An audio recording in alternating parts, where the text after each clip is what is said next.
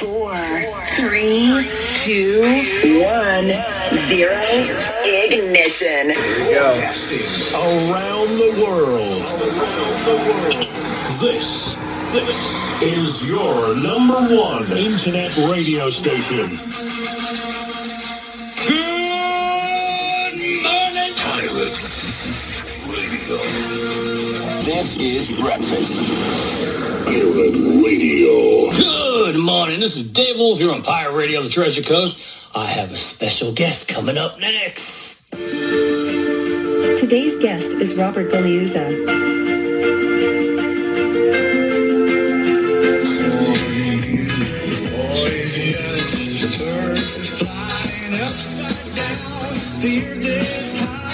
Sign my name in the sands of time before the waves could wash it away. Hey, Rob, how you doing?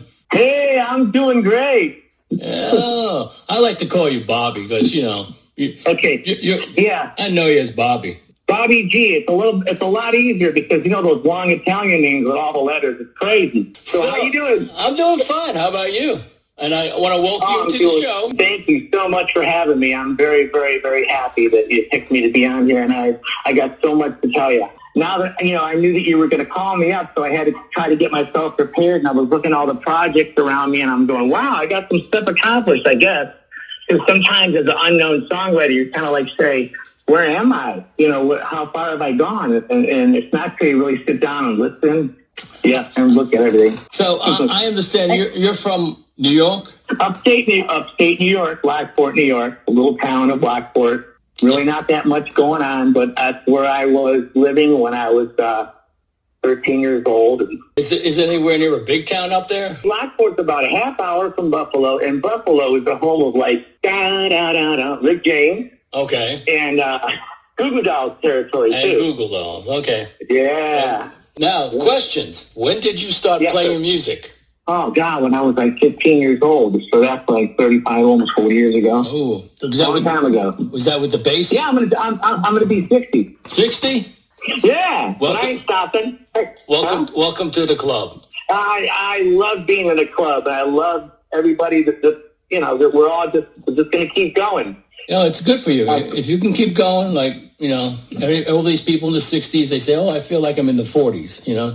Well, you know, with music, there's no age limit. You just keep going. You can write, you know, the older you get, the more stuff you live, and the more things you can write about, and the more you can connect with people. And, you know, it's a wonderful thing. I'm just going to keep singing. I'll keep singing until my voice sounds like an old truck trying to start. And once that happens, I'll just lay back. Okay, question. Were you ever in a band? Was I ever in a band? So the first band I was in was called Eruption, and that was in Lockport. And we were just kids, and we got a bunch of guys together, and we went and we played at this. It was like a battle of the bands, and we rocked it out, and we won. Cool. And I think we did that twice, and then we got a chance to open up for Frank Marino and the Mahogany Rush. Ah. And I had no idea who Frank Marino was, and everybody was like, well, get ready to get your butt handed to you because he's amazing. And sure enough, when we showed up at the place and he was doing sound check, what an incredible artist he is. Then I moved to Florida, ended up in West Palm Beach, and Layden's the original. Let's go with the original stuff. So Layden was the first original band in Florida that I was in. And we did a record and sold like 2,000 copies. We were being shot by Atlantic, and then there was nothing going on for a while. And then I joined a Christian band, a Christian artist, David Keeler, and the band was called City of David. We did a CD. I helped him with that. I just like was there for him.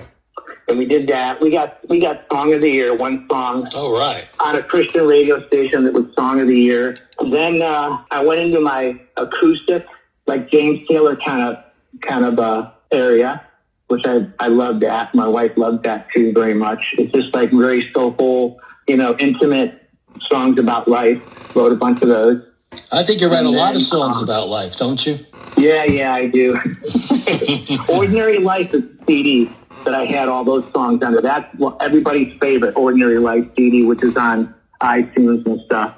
Then, and then Odyssey Road. Then nothing was going on, and I got sidetracked, and somebody called me up and said, hey, you want to play bass? And I'm like, I don't know. Well, we already got a guitar player, and do you want to do backup? And I'm like, well, I'm usually the front guy, but I said, he must be really good. So that's how we got Odyssey Road, and that's where I am now.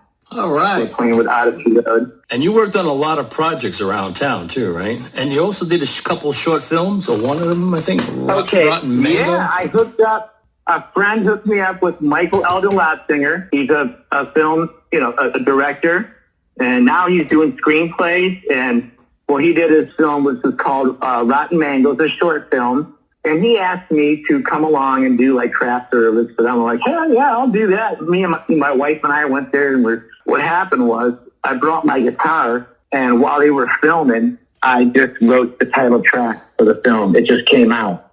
And I didn't say anything, and I just went home and I just put it aside. And then by the time we were done filming, there was only like 4 or 5 more nights left. And what happened was all the sound that was on the computer, something happened to it. I think the laptop got stolen or something out of the truck. And Mike was going to can it. And he goes, Bobby, I don't know what to do. We don't have all I have is the sound from the cameras. So I opened up my studio. I said, come on, let's finish this thing. So he came over with all his stuff, and he was editing. And at the same time, we were having all the actors come back in my studio, putting them on a projector screen and doing like the big boys do. They just watched it, and then they overdubbed. I forgot what you call it. You know what they call that, right? Yeah. ADR. Mm-hmm. That's tough. And then while I was there, I finished writing all the songs. We might as well write them all. So I wrote all the songs, and then that's the title. That's the soundtrack for Rotten Mangoes. And let's see what was going on. And then so Jason, and then his buddy Jason, who's the director too, did a short film, Mr. Theme Music. And I said, you know what, I'll do that. And I did the music for him, and that ended up winning Best Music again. That's original music. So Rotten Mangoes, and I'm 2 for 2 so far. That's good. And it was a challenge. I know what I am now, and I know what I'm capable of. So now I got to go find some really nice big work to do. Here's one that you just gave me. Jimmy Buffett. Oh yeah. Just play a couple seconds of it for you. Yeah. Is this anywhere on iTunes or anything if anybody wants to buy it? No, it is not on there right now. It isn't. No. Okay. Because what happened, let me give you the whole scoop on that. That song was written after Hurricane Andrew, 7 months after Hurricane Andrew, and I wrote it, and I recorded it. My brother Andy, he's fantastic musician, and very talented. Him and I both knocked that song out, and I called my attorney, my lawyer, and I said, "Hey, can we shop this? Can I try to get this to Jimmy Buffett?" And he said, "No, he won't accept it because he doesn't take solicit from unknown people or whatever, unless he wrote it." So no big deal. I put it in my catalog and I let it sit there, and then it just hit me when he passed away. It was really hard. It was really hard for everybody, and that song came to mind, and I called Mike and I said, "Mike, let's do like a little tribute video. We'll just get the track, put it on there," and that's what we did. That's what that little video is for. And you have that on YouTube right now? It's on YouTube. All right. So if you look under Robert Gugliuzza, Vacate, you want me to spell my name? But that's one of my favorite. That's one of my little favorite songs. It never got any traction, but right now it means a lot. And I think it would mean a lot to people that love Jimmy Buffett too. It's like, wow, he might have done that song, Yeah, cool. We put it on our unsigned artist playlist too. Oh, really? Yeah. Awesome. How many awards have you got? Wow, that's crazy. Within the past 3 years, I think 7 or 8. That's good. Very good. Yeah, and it's all festivals. It's like where you go. If you want to make it to me, I always think that there's like a little membrane, and you got to bust through that little membrane. Yep. And the independent movies and radio stations like you guys are that. You guys help us break through there. It's very important. You can go to Amazon Prime and watch Rotten Mangoes. And Michael called me not even a month ago, and he said, Bobby, I have the sequel to it. It's a full feature. So now we're going to go up a step. We're going to do a full feature. And I already have 2 songs. Written that we might put in there. And that one's going to be, the first one's going to be released soon, and you're going to get it, and everything will be ready for you guys to get. And we're excited about that. Cool. So there's new music on the way.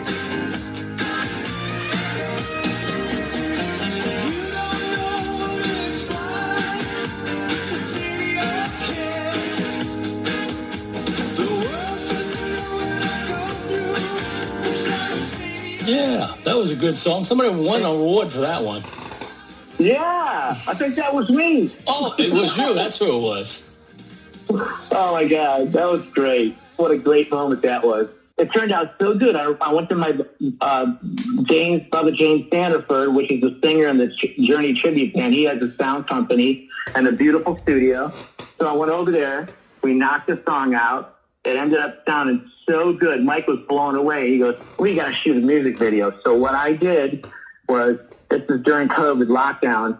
So I'm a painter, and I went and I tore my living room apart, moved everything, and I built that set. If you watch the music video, that's right in my living room. So I built that little set there. And then Michael came over with Jason Land with their masks on, a couple cameras, and knocked it out. Are you kidding? And Mike said, I want to do something bigger, but I'm going to have to go home and just use, animations or whatever. And it's brilliant. And it came out good. Tommy James, Paulie, my guitar player friend that plays with me, he was the Shondell, and he texted it to Tommy James, and Tommy James responded, that's a hit. He said he would have released that back in the day for sure. So that was wonderful to hear that. And we had fun. We had fun doing it, and it was definitely, there's a lot more coming. There's more stuff coming in. We're just going to keep plugging away. So you got the new song coming out? Oh, I bet you're playing. Oh, you're playing it. Yeah, I'm playing it. Here you go. Now I'm going to really play it. Okay.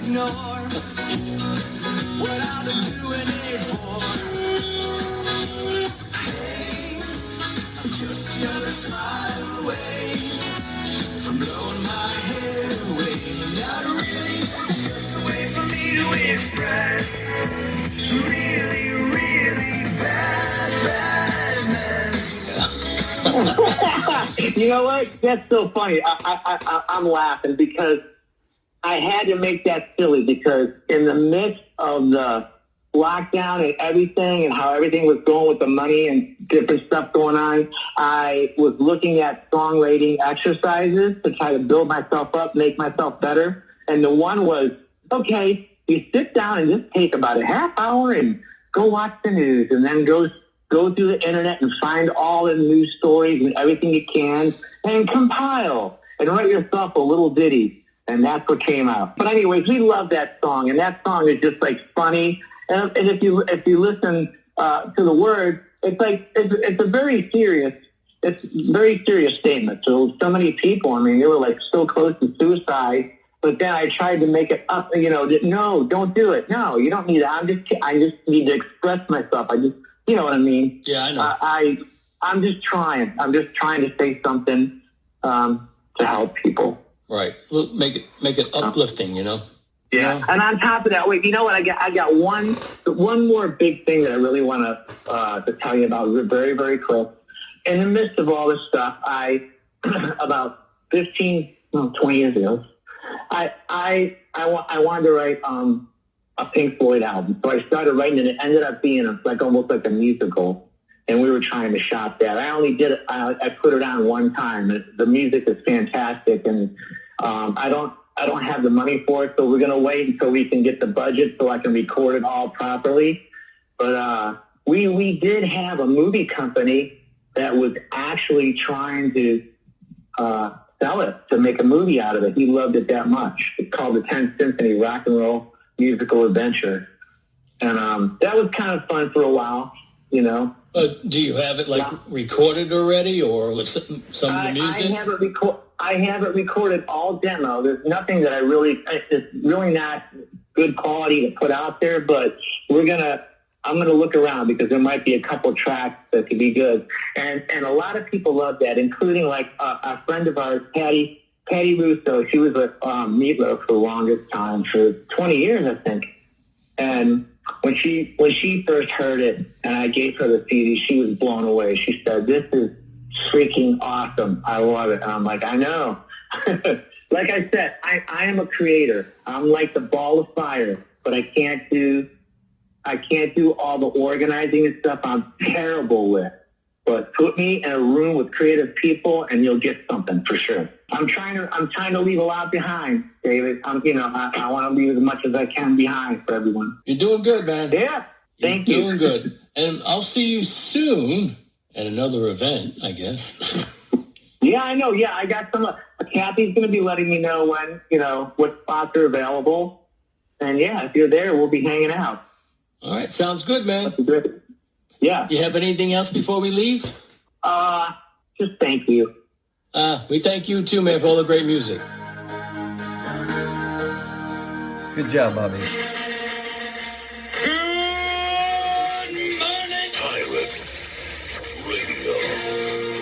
This is your number one radio station. Waking you up each morning. This is Breakfast. Pilot Radio.